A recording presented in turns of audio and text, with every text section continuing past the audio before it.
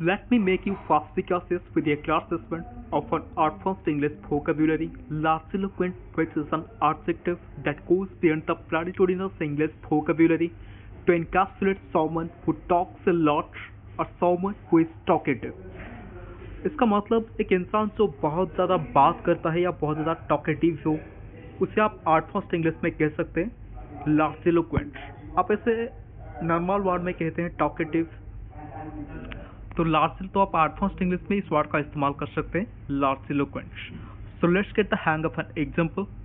Notwithstanding I'm eloquent, I considered skylarking with a large eloquent person is just a fraction of an helification. Notwithstanding means because I am eloquent. Eloquent means someone who talks less. मतलब एक ऐसा इंसान जिसे ज़्यादा बात करना पसंद ना हो, जो हमेशा कम बोलता है, उसे कहते हैं पॉसिलोक्वेंट।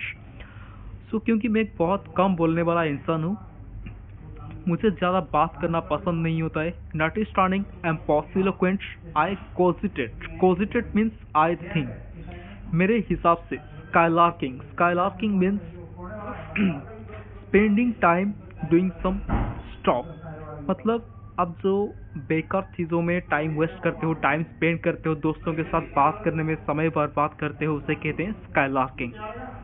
With a large eloquent person, it's just a fraction of an helification. Fraction of an helification means something that is considered as worthless. मतलब आप जिससे कहते हैं बेकार की चीज़ है, तो क्योंकि मुझे ज़्यादा बात करना पसंद नहीं है, मैं कम बोलने वाला इंसान हूँ, आई एम पॉसिलोक्वेंट, आई कोजिटेट, तो मेरे हिसाब से जो ज़्यादा बात करते हैं उनके साथ टाइम वेस्ट करना बेकार है। Notwithstanding I am pauciloquent, I cogitate, skylarking with a large eloquent person is just a fraction of an helification.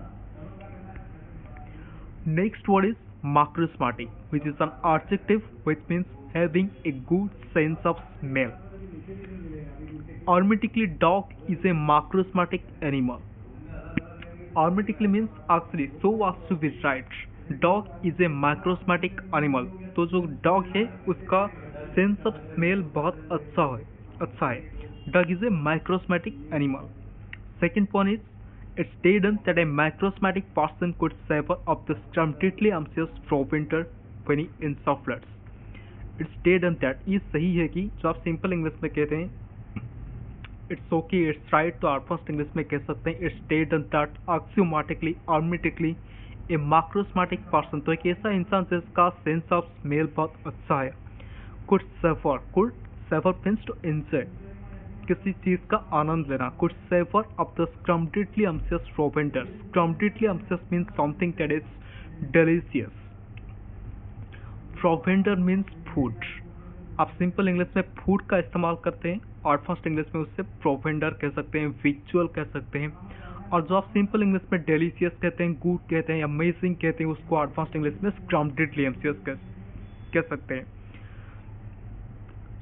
When he इंसॉफ्लेट्स, तो जब वो सांस लेता है तो उसको ये सेंस उसे बहुत अच्छी तरह से फील होता है, और वो उस स्मेल को एंजॉय करता है। He savours of the completely unctuous provender when he insufflates. It's stated that a macrosmatic person could savor of this completely anxious provender when he insufflates. Next one is zumentous, which is an adjective which means something very differently from what it looks or sounds like. मतलब एक ऐसा चीज जो कि बाहर से जैसा दिखता है, जैसा साउंड करता है, वो असल में ऐसा होता नहीं है, उसे कहते हैं zumentous. You are prejudiced against the hotel that it's conducive to having a son. Axiomatically, it's zumentous. You are prejudiced against the hotel. ये तुम्हारी गलत फहमी है इस होटल को लेकर। Prejudiced means जो आपकी गलत फहमी है। You are prejudiced against the hotel that it's conducive to. Conducive to means रहने के लिए उपयोग है, जो रहने के लिए अच्छा हो, suitable place हो। It's conducive to having a sojourn. Have a sojourn means किसी जगह पे टेम्पररीली रुकना, उसे कहते हैं sojourn. ये वर्ड नाउन है, इसे हम वर्ब की तरह भी इस्तेमाल कर सकते हैं। जैसे यहाँ पे शासन एज ए नाउन इस्तेमाल हुआ है, हैविंग ए शासन, तो ये होटल को लेकर आपका एक गलतफहमी है कि ये होटल सबसे अच्छा है, ये रहने के लिए उपयोग है, ये रहने के लिए सुटेबल है, तो ऐसा नहीं है। एक्सियोमेटिकली असल में इट्स जुमेंटस। तो ये जैसे बाहर से होटल जैसा दिखता है, जितना अच्छा दिखता है, असल में ऐसा है नहीं। तो ये जुमेंटस है, different from what it looks और sounds like. You are prejudiced against the hotel that is conducive to having a salon. Axiomatically, it's momentous. So that's all for today. Obfuscating you to be perspicacious with this advanced English vocabulary, largely eloquent, macrosmatic, and momentous to grasp yourself.